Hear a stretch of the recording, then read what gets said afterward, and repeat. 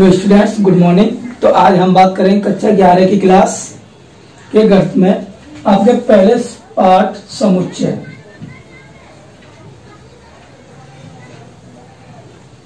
जिसे इंग्लिश में set theory भी कहते हैं। ठीक है, तो ये चैप्टर आपके लिए बहुत इंपॉर्टेंट है, क्लास के माध्यम से भी और कंपटीशन के माध्यम से भी। तो ये समुच्चय होता क्या है, यानी कि सुपरिभाषित वस्तुओं के समूह को समुच्चय कहते हैं।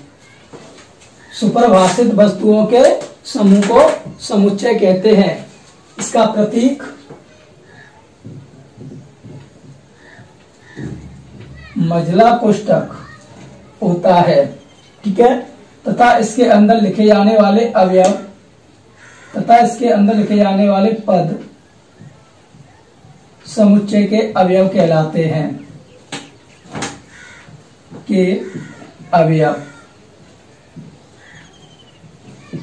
ठीक है, यानी कि सुपरिभाषित वस्तुओं के समूह को हम समुच्चय कहते हैं। समुच्चय का प्रतीक महिला कोष्ठक होता है और महिला कोष्ठक के अंदर लिखे जाने वाले पद उस समुच्चय के अवयव कहलाते हैं। जैसे हम बात करें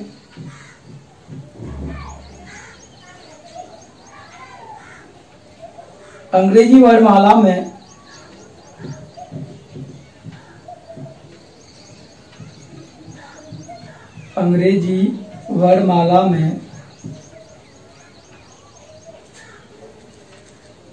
स्वरों का समुच्चय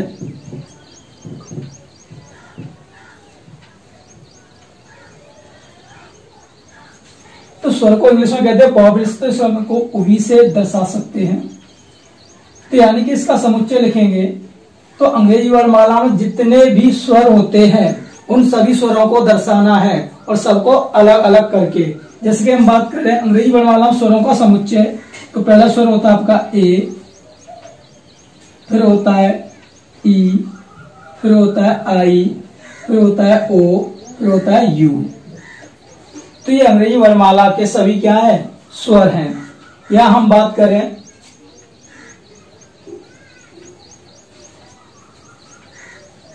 दिनों का समुच्चय,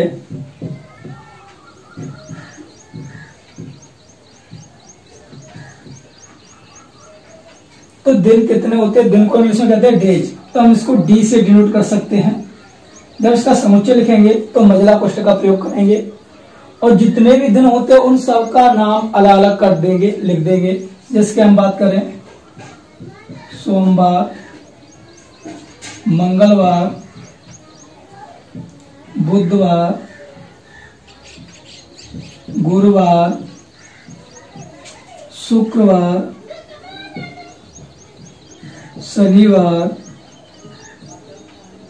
रविवार। तो ये हमारे दिनों का समुच्चय हो गया। तो इस प्रकार हम समुच्चयों को लिख सकते हैं। ठीक है, अब इसके बाद बात आती है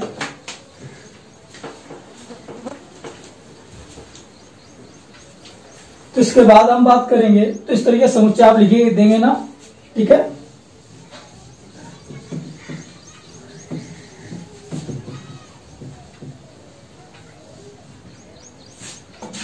अब बात आई आपके समुच्चय के प्रकार।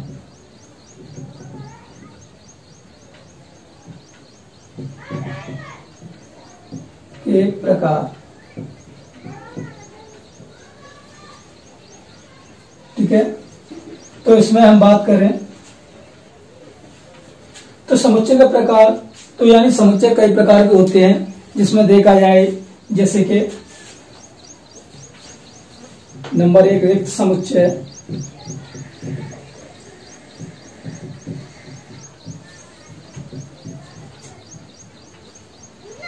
नंबर 2 एकल समुच्चय,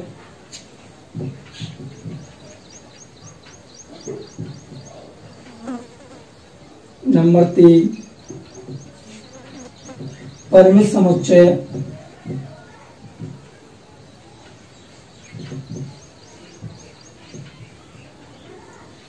नंबर 4 अपरिमित समुच्चय,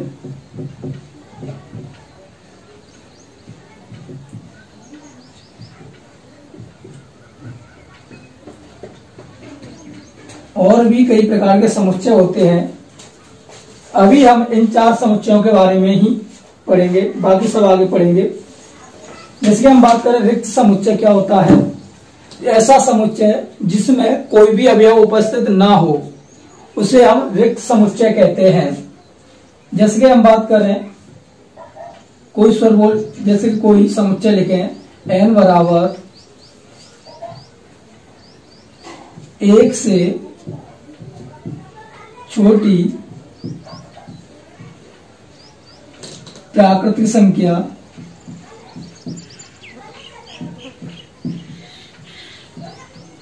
का समुच्चय।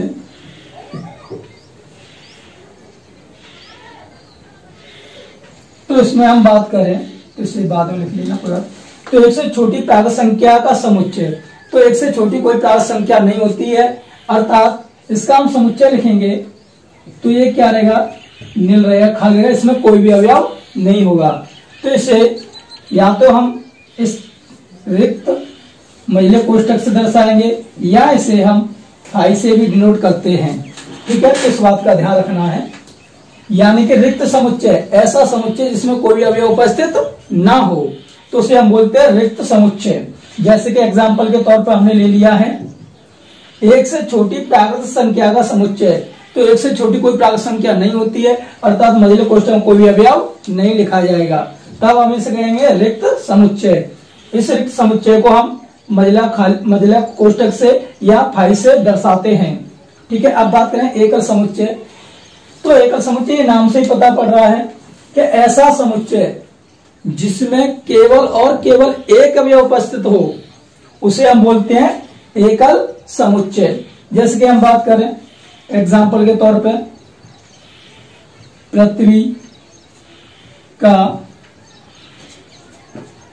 पृथ्वी के प्राकृतिक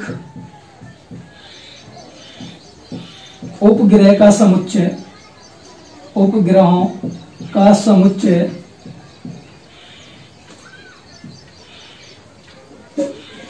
तो देखो उपग्रह को इंग्लिश में कहते हैं हम सैटेलाइट्स, तो इसको हम एस से दर्शाएंगे। तो हमें इसका समुच्चय लिखना है, तो समुच्चय लिखने के लिए महिला कोष्ठक का प्रयोग करेंगे। तो इसमें देखिए पृथ्वी के प्राकृतिक उपग्रहों का समुच्चय, तो पृथ्वी के प्राकृतिक उपग्रह कितने होते हैं, एक है, और वो क्या है, चंद्रमा।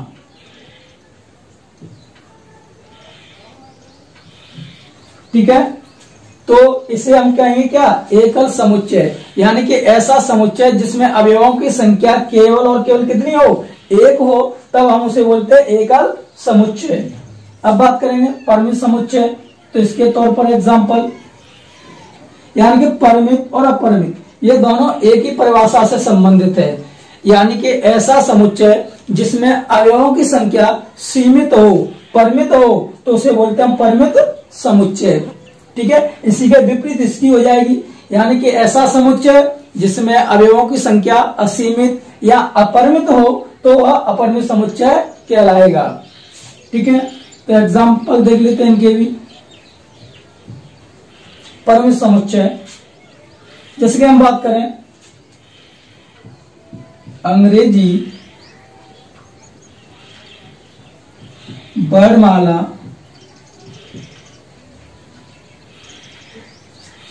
के अक्षरों का समुच्चय,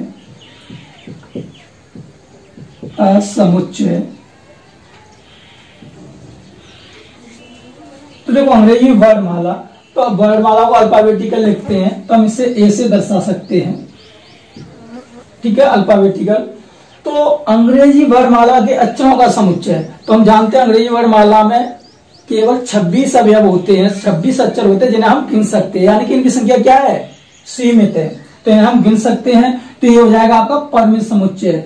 और समुच्चय रूप में लिखेंगे तो A B C dot dot dot करके इसी तरीके से आप लिख सकते हैं एक्स वाई जेड, तो ये आपके 26 अवयव होंगे। ठीक है, अब आगे बात करते हैं अपरिमित समुच्चयों की संख्या के बारे में। तो हम बात करें जैसे कि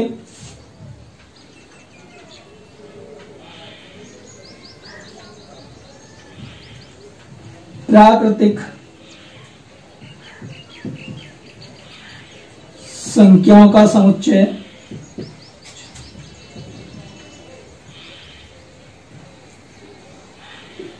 तो प्राकृतिक को इंग्लिश में कहते हैं नेचुरल, तो इसे हम कैपिटल N से दर्शाएंगे। अब प्राकृतिक संख्या आपकी 1 से शुरू होती है, अब इनका अंत कहां पर होता है ये हमें ज्ञात नहीं है, यानी कि प्राकृतिक संख्याओं को हम गिन नहीं सकते ये कहां तक जाएंगी, इन्हें हम ज्ञात नहीं कर सकते। तो ऐसा समुच्चय जिसमें अवयवों की संख्या असीमित हो, ज्ञात ना कर सके, तो उसे हम कहें क्या, अपरिमित समुच्चय। तो हम इसको दर्शाने के लिए क्या करेंगे, प्राकृतिक संख्या आपकी 1 से शुरू होगी, 1 2 3 4 डॉट डॉट डॉट कहीं तक भी जाएगा, हम इसे ज्ञात नहीं कर सकते। तो ऐसे समुच्चय को कहते हैं हम क्या, अपरिमित समुच्चय। ठीक है, तो नोट कर लीजिए।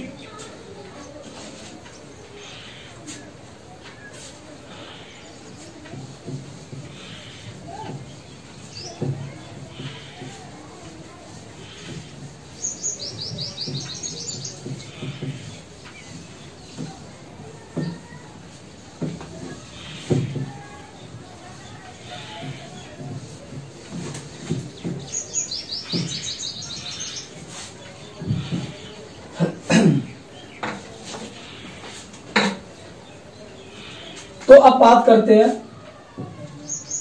समुच्चय को लिखने की विधि।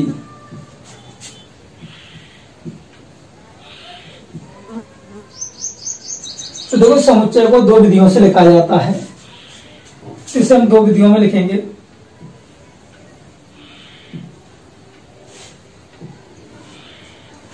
जैसे कि पहली विधि होती है आपकी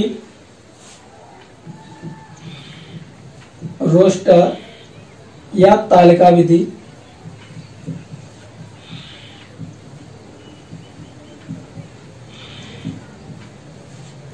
दूसरी होती है आपकी शब्द या निर्माण विधि।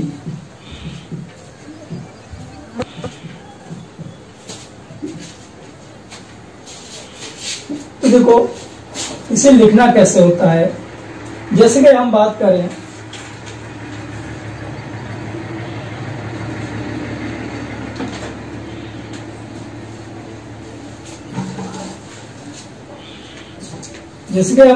लिखने के लिए रोस्टर विधि या तालिका विधि, शब्द या निर्माण विधि, तो समुच्चय को लिखने के इन 2 विधियों का प्रयोग किया जाता है। जैसे कि हम बात करें प्राकृतिक संख्याओं का समुच्चय, अभी बताया था, तो n बराबर रोस्टर विधि में किसी समुच्चय को लिखने के लिए उसके प्रत्येक अवयव को मझले कोष्ठक के अंदर दर्शाना होता है, उसे बोलते हैं रोस्टर या तालिका विधि। ठीक है, जैसे कि प्राकृतिक संख्याओं का समुच्चय क्या होता है, 1 2 3 4 डॉट डॉट इस तरीके से लिखा जाएगा।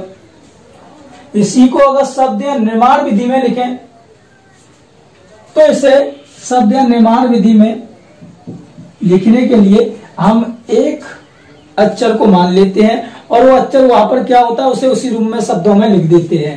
जैसे कि बात करें x सच डेट, यानी कि यहां पर x क्या है, तो यहां लिखते हैं x सच डेट, x एक प्राकृतिक संख्या है।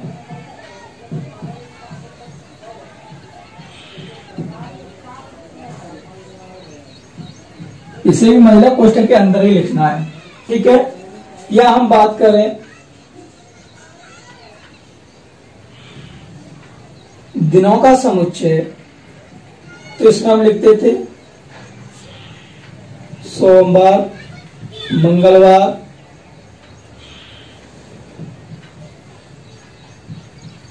बुध, इसी तरीके से रवि, यहां तक लिखेंगे। ठीक है, तो यहाँ पे हमें प्रत्येक अवयव को दर्शाना होगा, शब्द या निर्माण विधि में लिखेंगे तो इसे यहाँ पे दर्शा देंगे डी बराबर मझला कोष्ठक x सच डेट x एक दिन है या एक दिन का नाम है।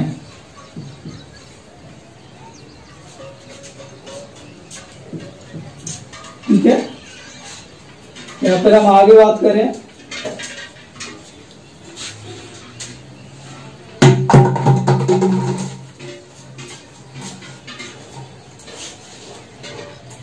ये पास दो कारा दिखे सवाते मशीन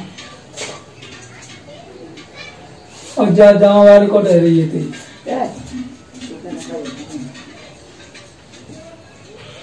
तो एक एग्जांपल और देख लेते हैं। जैसे कि हम बात करें ग्रहों का समुच्चय, ग्रह कहते हैं प्लैनेट्स, यानी ग्रहों का समुच्चय। तो ग्रह में आप लिखेंगे क्या?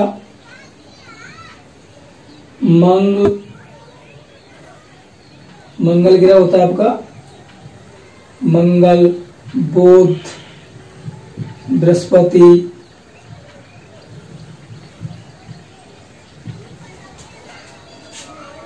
शुक्र, शनि, अरुण वरुण, वरुण और पृथ्वी। तो ये आपके 8 ग्रह होते हैं। और इसे उसी भाषा में लिखेंगे तो ये आपका हो जाएगा x सच डेट x एक ग्रह है, एक ग्रह है लिख सकते हैं, एक ग्रह का नाम है।